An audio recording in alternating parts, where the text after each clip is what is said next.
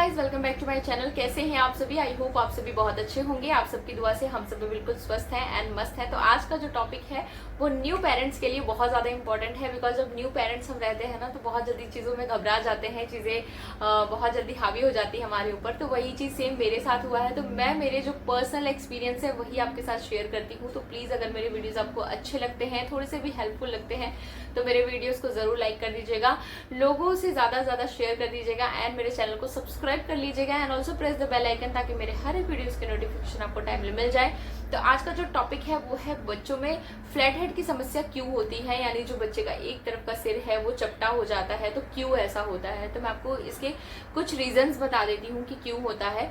तो मेरे साथ जो हुआ था मेरी बेटी के साथ, मैं आपको बताती हूँ कि फर्स्ट तो मैंने उसको एक ही साइड पे रखा, मतलब वो जिस साइड पे सोती थी ना मैं उसको सोने देती थी। पर ऐसा आपको नहीं करना है। अगर बच्चे एक साइड पे सो रहे हैं तो उनका साइड चेंज कराते रहना है। तो ये सबसे बड़ी मेरी प्रॉब्लम थी कि मैं उसको साइड चेंज नहीं कराती थी। एंड सेकेंड जो प्रॉब्लम थी वो है टमी टाइम नहीं देना। अगर आप टमी टाइम नहीं देते हो तो भी बच्चे को फ्लैट हेड की समस्या बहुत ज़्यादा हो जाती है। थर्ड है, आप एक ही साइड से बच्चे को फीड करा रहे हो, तकरीबन 10-15 मिनट तक उनको आप फीड करा रहे हो, तो उससे भी जो फ्लैट हेड की प्रॉब्लम है वो हो जाती है। एंड फोर्थ है, आप राई का पिलो अगर यूज़ नहीं करते हो तो ये प्रॉब्लम कंपलसरी है कि होना ही होना है। तो मैंने जो चीज़ें यूज़ करी थी, मैं आपको बता दूं कि मैंने बहुत सारी ऐसी चीज़ें हैं जो मैंने यूज़ करी थी, क्योंकि मैं क्यारा को देख के इतना ज़्यादा घबरा गई थी। वो आई थिंक 3-4 महीने की थी जब उसका ये वाला जो पोर्शन है वो पूरा फ्लैट हो गया था। इतना ज़्यादा फ्लैट हो गया था कि जब हम फ्रंट से या साइड से देखते थे तो क्लियर हमको पता चलता था कि बच्चे का जो हेड है वो पूरा इस तरीके से अंदर की तरफ घुस गया है, यानी चपटा हो गया। तो मैंने डॉक्टर से भी कंसल्ट किया था।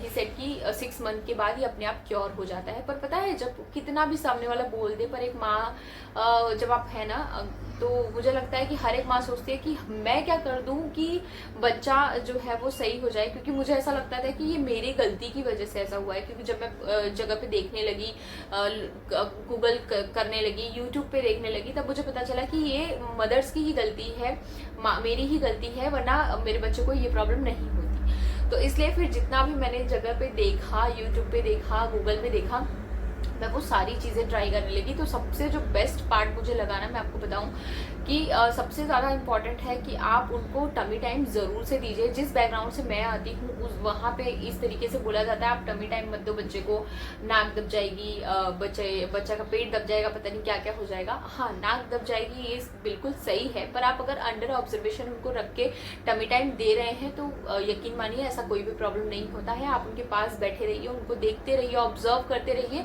एंड देन उनको आप टमी टाइम दीजिए। 10 मिनट का हार्डली आपको टमी टाइम देना है बच्चे को, उससे ज़्यादा नहीं देना है।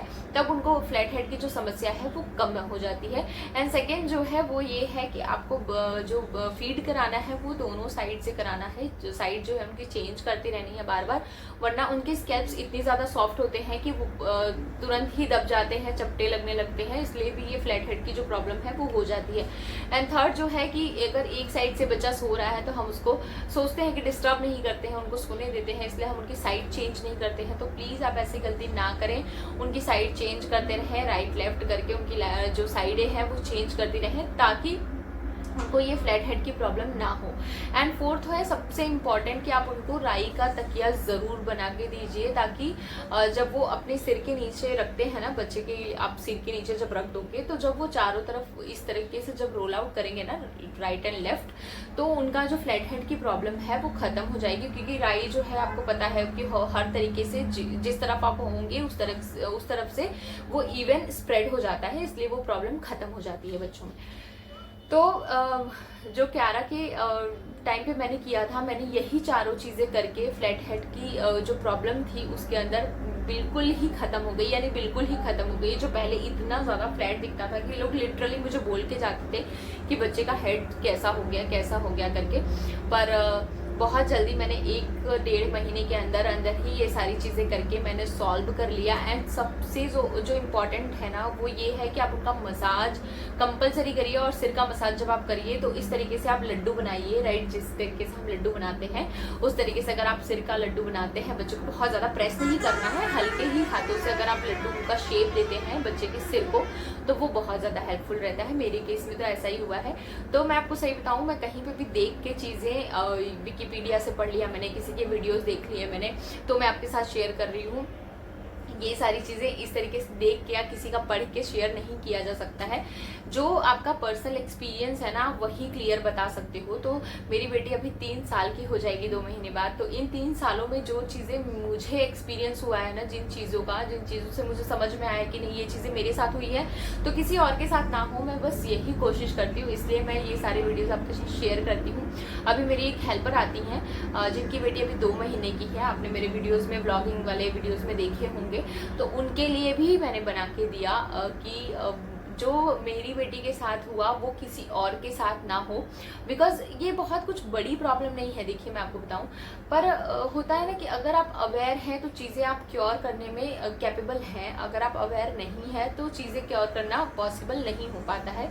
उनके घर में कोई बड़ा नहीं है, कोई बताने वाला नहीं है, इसलिए हमने सोचा कि हम ही बना के दे देते हैं, ताकि हम जितने लोगों को मतलब हेल्प कर सकते हैं ना यार, वो चीज़ें हम कर सकते हैं। मेरी बेटी के लिए मैंने हर एक वो चीज़ें ट्राई करी है जो कि उसके लिए बेस्ट हो।